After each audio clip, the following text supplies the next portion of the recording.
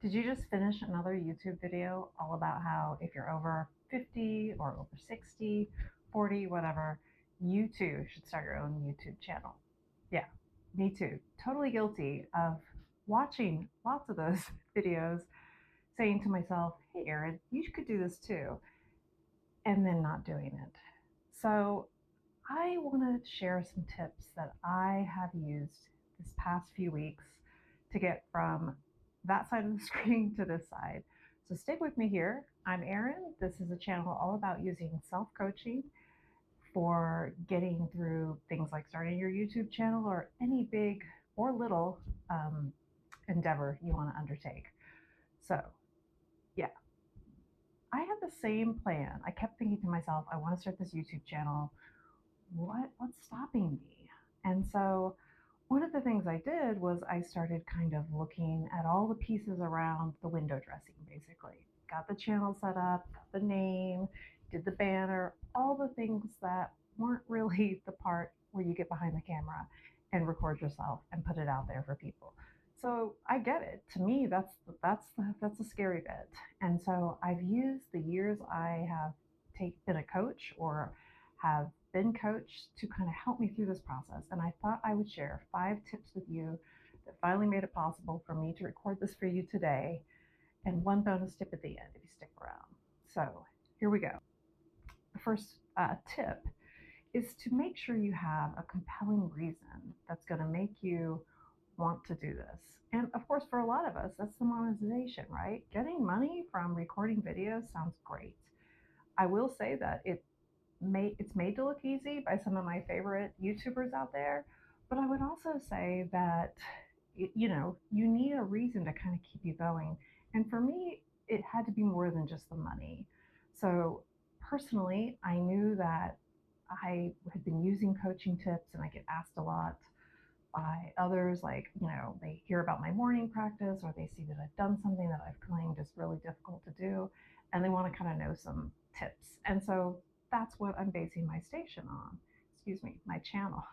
And so I came up with the compelling reasons, and for me, these will of course be personal to you. Well, sure, the monetization, but also if the tips or information I could provide would help somebody, then it seems worthwhile. The other thing I found I did is I listed out all the obstacles to this goal. And I do this with any big goal. So, for instance, for YouTube, I put that I don't have software on how to edit. I don't even know how to edit. Which software do I choose? Which camera do I use? Which pieces of equipment are essential? And there are some great YouTubers out there that provide that. And maybe eventually I'll share what I'm doing. Um, I promise you it's very entry level. But all those obstacles, and if you list them out on paper, they will initially be overwhelming. But then what I found helpful was to list them all out and then put what needed to be done to kind of correct that. And you may not know, but just pretend you do. Just think like, okay, I don't know which software to choose. How would I figure that out? Well, I can go and watch a couple of YouTube videos to see somebody I like, what they chose. I could also just research or talk to other people who use this kind of thing. For me, I chose Adobe Express because previously in a business I had, I used Adobe software. So that's what I decided to go. That was my reason. And so for each of these obstacles that I came up with of why I couldn't or what was getting in my way from the YouTube channel, I tried to come up with some path and some step that would become basically my to-do list of getting to this position. The other tip, number 3, is to use constraint. And what I mean by that is use the concept to constrain to your advantage. And for me, I'm one of those people that will research, analysis paralysis, I've heard it called, and feel like I'm doing something. It really does feel like busy work. I'm getting information, I'm taking notes. If I'm writing something down, to me, that counts as work. But honestly, a to do list or a list of tips is not the same as like creating the video. So use constraint in a way that kind of serves your end outcome. And so, for instance, for me, that meant scheduling my tasks. So once I had that big list from my list of I don't know how to do this, I came up with the steps to try to help that. And so, for instance, today I chose between 10 and 11 on this day to record a video. So here I am, 10:30. I did get a little bit of a late start. I seem to underestimate how long it will take to get me ready for setup. But again, I chose to do that within an hour. Now, ideally, I'll be able to create these in a longer format, several at a time. But as I said, right now I'm working full time. I'm actually doing this during a work day during as my lunch break. So, use constraint. Another way you might use that is picking a launch date. And I did that. I mean, there's no one looking at me to say, "Hey, when's your launch date?" But I wanted to pick one and then kind of work backwards from that. And so I gave myself kind of a 3 month runway. And again, I would give yourself enough time based on your energy, time, availability, other obligations, and maybe a little bit more than you think. Because what I have found with especially all the technology, being over 50, a lot of that has taken me a lot longer than I had hoped. I, I, I'm able to figure it out, but it has taken me a little longer, and I just have less time to do it. So again, give yourself some time, but not too much. That's how we use constraint.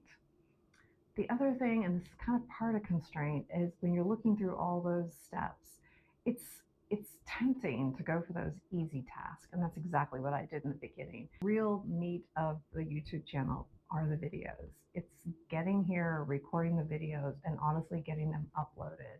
Even just recording them doesn't count per se as the outcome, because if they're on your phone or your camera, no one's watching them. So again, prioritize the things that are going to be the biggest payoff, and you can get all the window dressing things done in the course of getting those videos created. My final tip, which is number 5, is accountability. It can be really helpful to share with somebody your plans. Now, this is full disclosure. I haven't even shared with my family members that I'm putting this channel together. I'm shy about it. I don't know what they're going to say. I haven't told them some of my plans. Actually, when I say I don't know what they're going to say, I have a pretty good idea. I anticipate some eye rolling and total teasing. And that's okay. I have my compelling reason. Remember, I can go back to that. But what I can recommend, excuse me, for accountability is a couple of different things. I actually took a great YouTube course that sort of got me ready for this. And in there, there's a community. I'll be sure to link and provide a link to that YouTube course because it's fantastic.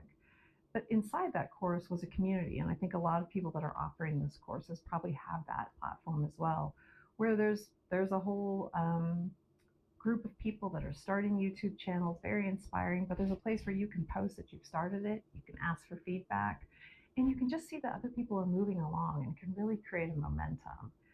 I also told my partner, I let him know what my plans were. And I'll tell you, talk about skeptics. He's pretty skeptical about this. But knowing that actually fired me up. I was like, yeah, you just wait. I'll get there. So that's been great. And the third thing is, as someone who's preaching about self coaching, I have a coach. She's great. She's also putting together a YouTube channel. So it's been a fantastic opportunity. So I will put my coach's details in here. And of course, there's lots of opportunities for coaching out there. And of course, there's self coaching. So the last bonus tip that I have for you is to recommit daily to these goals. So I consider deciding your compelling reason kind of your commitment to do the self coaching, to do your YouTube channel. You've put your obstacles out there, you've taken the steps, you've scheduled it, you've made that commitment. But it can be daunting. And I can guarantee that most days you're going to wake up and find some other things you could do besides this. That's certainly been the case for me.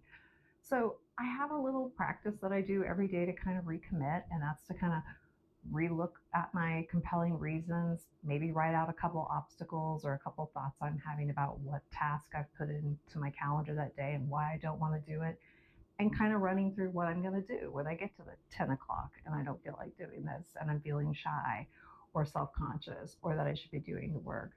And so kind of starting off my morning right really does set the stage.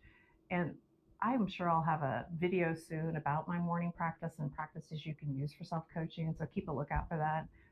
Um, and when I have it, I'll be sure to post it here.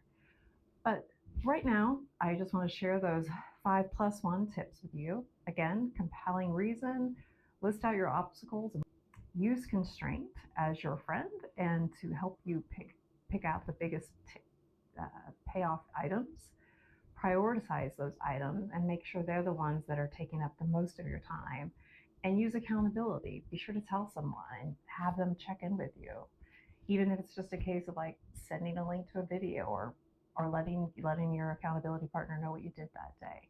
And again, try to recommit daily to this goal and see if that helps, so that every day you're kind of reminding yourself why you're doing that. So again, I'm Erin. If you've enjoyed this video, great. If you have some ideas of other things that you're doing to help get you through this like tough stage of getting started with YouTube channel, I would love to hear it. So be sure to leave it in the comments, and it'd be great if you subscribe. Till next time.